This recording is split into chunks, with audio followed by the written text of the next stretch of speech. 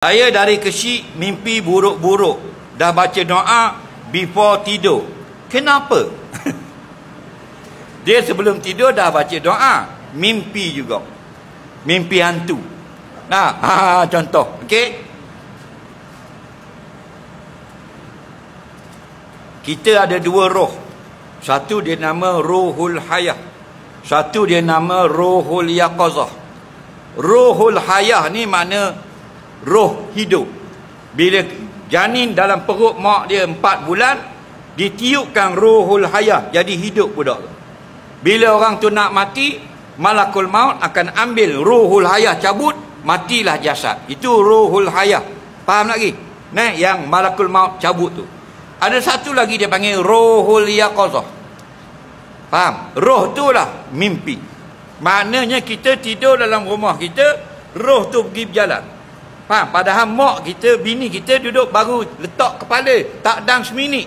Bangun, mimpi bang. Gimana? Pergi sogo. Faham tak? Padahal badan atas katil. Siapa yang pergi? Roh. Berjalan. Ada yang pergi Mekah. Dia belum pergi Mekah. Duduk di Selangor. Belum lagi. Tak panggil pun lagi. Duit pun tak cukup lagi tabung haji. Mimpi pergi Mekah. Body atas katil. Roh. Faham? Jadi mimpi ni cerita roh, bukan cerita jasad. Ada 3 jenis mimpi. Nombor 1, ar-ru'yatus salihah. Mimpi yang elok. Mimpi jumpa Nabi, mimpi jumpa malaikat, mimpi jumpa ulama, mimpi ziarah mak saudara, mimpi jumpa anak perempuan. Tak, mimpi apa benda ni benda buat jamuan, benda yang baik-baik. Itu mimpi yang elok. Okey? Yang kedua, mimpi yang tak elok. Mimpi tak elok ni syaitan. Dia kacau roh kita. Supaya bila kita bangun, kita rasa takut. Takut. Tak senang hati. Dan kita semayang pun tak senonoh. Nah, sebab tu Nabi kata, pendek cerita, kalau kamu mimpi yang hodoh-hodoh, yang menakutkan, bangun tu, ludah 3 kali sebelah kiri. Dan kata, a'udzubillahi minasyaitonir rajim. Nabi ajar. Bukan ludah betul, naik muka laki kita pula. Itu bukan. Lagi. Kalau dikira bodoh ni bahan ludah sungguh. Faham? Nak buat isyarat ni. Tu. Buat gitu. Sebelah kiri. Faham lagi? Lama ludah betul. Laki duduk sebelah. Ija atas muka. Nah.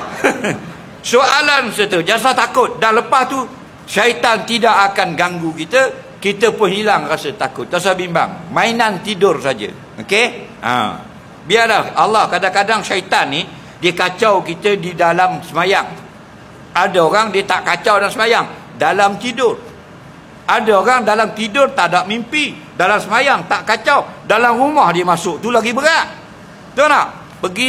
Saya ada seorang kawan, bila dia tinggal bini dia di rumah, Mariatu. Dia buat kan ni? Bini dia pergi basuh pinggang, dia tutup lampu. Lap jadi gelap. Ingatkan anak-anak main? Dia pergi mandi bilik air, dia tutup lampu, gelap. Meraba kawan tu.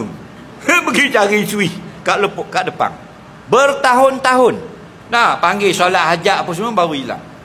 Nampak tu? Lagu tu.